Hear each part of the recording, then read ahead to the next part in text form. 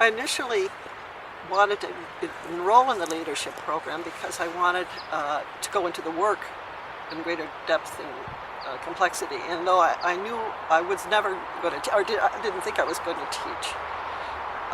So that initial sense of I want to know the work more deeply was all the impulse I had. I didn't have any clear understanding of what leadership might mean, and it was a matter of defining it and having my teachers define it and I defining it for myself. And it became a matter of understanding how it applied to my everyday life. But as I became increasingly clear about what the principles of soul motion were about, I could see how that would work.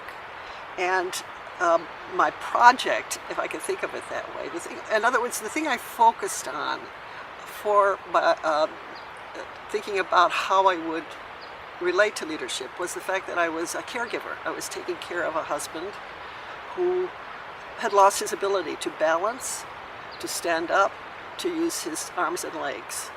And so I was caring for him. And so the idea of how I could turn that caregiving into a dance became a really fascinating challenge for me. And that's what I did. Just getting my husband from the bedroom to the bathroom became a dance. The pulling and shifting of weight, the use of my arms, my connection with him became that everyday dance. And that was certainly one way, and it was the most profound way, because it connected me with him at a point where he could no longer talk, but we had that dance together. And after that, I began to see that what leadership really was a matter of intention. How I started to see a lot of the things I was doing, but in a completely different dimension.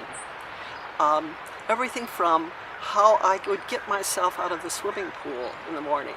It wasn't just hauling my body up after swimming laps. It was the pushing down and the shifting of weight and the flipping over and the laying of the leg and the way I could do that twist with my feet. That emerging from the pool would become part of my everyday dance.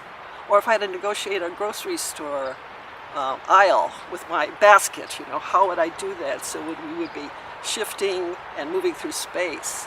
And so my whole point of view changed immensely.